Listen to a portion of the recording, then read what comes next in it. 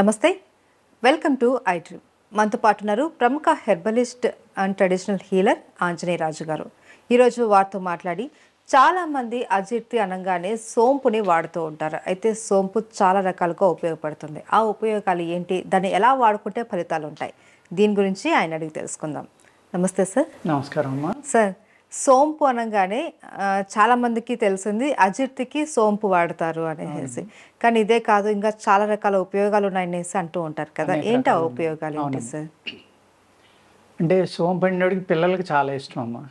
ఏదైనా మనం హోటల్కి వెళ్ళినా, హోటల్కి తీసుకొచ్చిన రిటర్న్లో వాళ్ళు ఇస్తారు కదా, అది పిల్లలు నాప్కిన్స్లో కట్టుకుని బాగా తింటూ ఉంటారు. ఆ టేస్ట్ పిల్లలకి చాలా నచ్చుతుందమ్మా.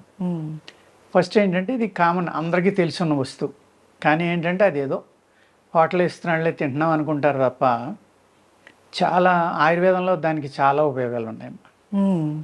అందులో మొట్టమొదటి ఏంటంటే మనం అది వాడే వస్తువుని ఎలా శుద్ధి చేయాలనేది మనం మాట్లాడుకుందామమ్మా.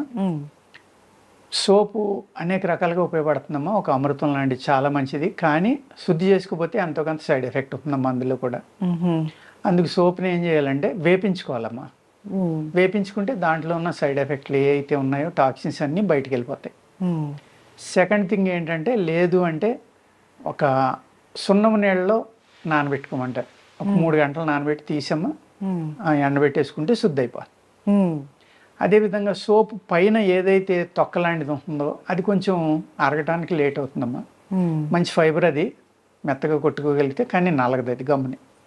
అందుకు ఏం చేయాలంటే, వేపించిన తర్వాత మీరు మిక్సీలో వేసి ఒక్క రౌండ్ తిప్పి తీసేసి చెరిగేస్తే ఆ పైన తొక్క అంతా ఊడిపోతుందమ్మా. ఊడిపోయి సోపు బియ్యం అంటాం మేము. దాన్ని కనుక మీరు వాడుకుంటే అప్పుడు అమృతంలాగా అది మీకు పనిచేస్తుంది. ఈ విధంగా సోపుని శుద్ధి చేసి వాడుకోవాలమ్మా అందరూ కూడా. వాడుకుంటే అది ఒక అమృతంలాగే పనిచేస్తుంది. మేము ఆయుర్వేదంలో దాన్ని బెస్ట్ క్యారియర్ కింద వాడుకుంటామమ్మా. అంటే మేము ఏంటంటే కొన్ని అర్జెంట్ మందు ఇవ్వాలి, ఈయనకి ఇమీడియట్గా పని చేయాలి అనుకున్నప్పుడు సోప్ కషాయంతో ఇస్తాము.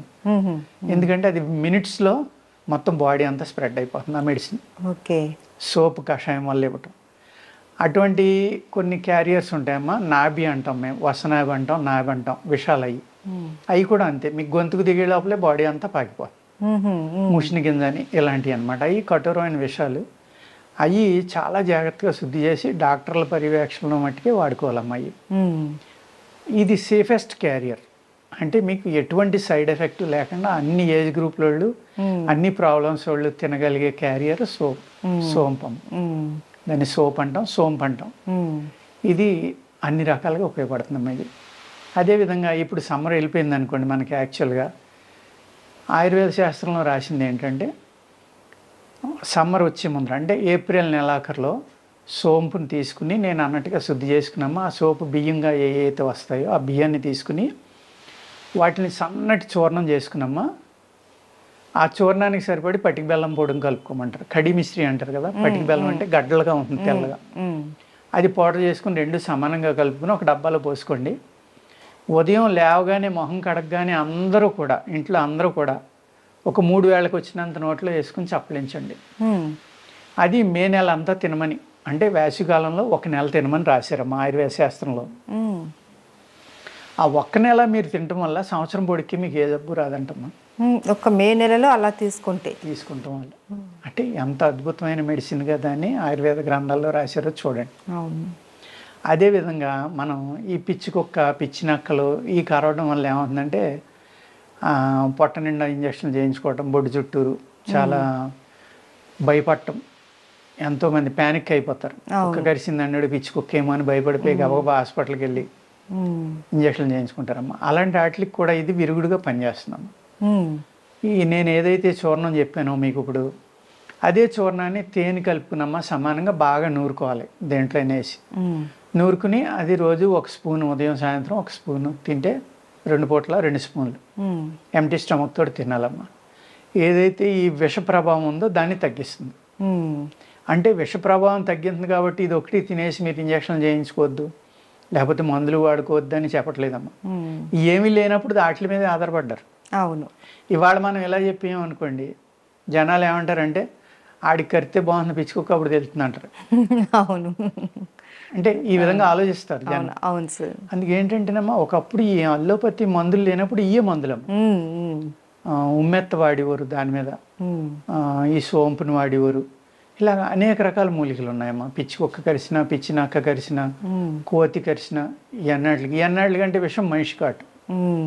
దానికి కూడా ఏది విరుగుడు అనేది ఆయుర్వేద శాస్త్రంలో చాలా విపులంగా ఇవాళ కాదు వేల సంవత్సరాల నుంచి రాసుకొచ్చినాయి అమ్మాయి. అటువంటి ఇది విరుగుడు అని రాశారు వాళ్ళు. అది మనం ప్రివెంట్గా వాడుకోవచ్చు. ఇప్పుడు అది అనేక రకాలుగా ఉపయోగపడుతుందమ్మా సోంపు అనేది. Heart, liver, spleen, lungs, kidney అన్నీ శుద్ధి అవుతాయమ్మా సోపు తినటం వల్ల. అదేవిధంగా దీన్ని అనేక రకాలుగా తినొచ్చు. ఎలాగా అంటే మీరు ఒక మసాలాల్లో మనం వేస్తాం, కూరల్లో వేస్తాం. అలాగే ఈ నోటి దుర్వాసనకు కూడా సోపుని వాడటం వల్ల పోతుందమ్మా. దాన్ని మేము టూత్ పౌడర్లో కలుపుతూ ఉంటాం, షాజీరా పౌడర్ ఒకటి ఇదొకటి. ఎందుకంటే మంచి ఫ్లేవర్, పళ్ళు తోముకున్నప్పుడు ఏంటంటే అద్భుతమైన ఫ్లేవర్ వస్తుంది కాబట్టి. అలాగా అనేక రకాలుగా సోప్ అనేదాన్ని మనం వాడుకోవచ్చమ్మా. ఈ సొంటి ఏదైతే అల్లం ఉందో అల్లం రసం తీసుకున్నమ్మా. సొంటి అంటే ఎండిపోయిందని సొంటి అంటాం, పచ్చిదాన్ని అల్లం అంటారు. ఆ అల్లం రసంలో ఈ సోప్ పౌడర్ ఏదైతే ఉందో అది వేసమ్మా.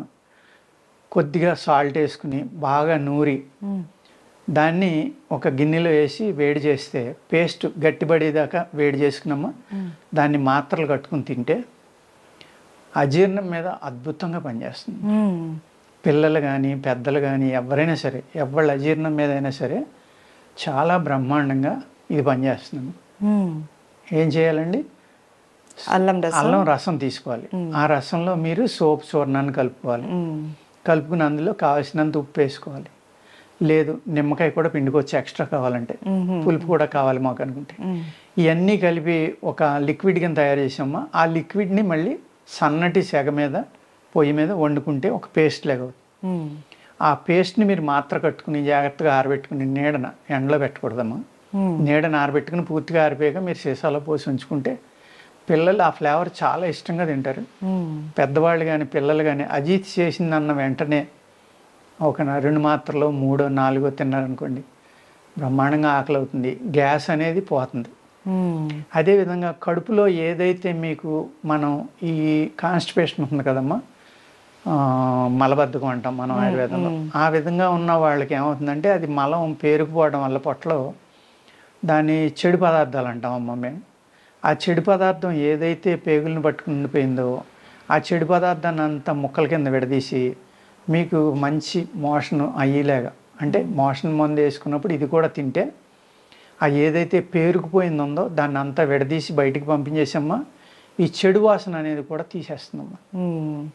ఇన్ని రకాలైన ఉపయోగాలు సోంపులో ఉన్నాయమ్మా. మనం ఏమనుకుంటామంటే సోంపు అనేటివాడికి ఏదో హోటల్కి వెళ్తున్నాం, తింటున్నాం, లేకపోతే మసాలాలు వేస్తున్నాం, లేకపోతే నోట్లో 4 పరకలు వేసుకుని నవ్వులుతున్నాం, ఈ విధంగా ఆలోచిస్తాం. కానీ ఆ సోంపు మొక్క యొక్క వేరు కూడా చాలా అద్భుతంగా పనిచేస్తున్నాం. వేరు ఎలా వాడుకోవాలి? ఆ వేరునే తేనెలో గంధం తీసి, ఏదైతే సోపు మీకు గంధం తేనెలో కలుపుకుని తింటే మీకు ఈ పిచ్చికొక్క విషయం ఇలాంటి విషయాల మీద విరుగుడుగా పనిచేస్తున్నాను.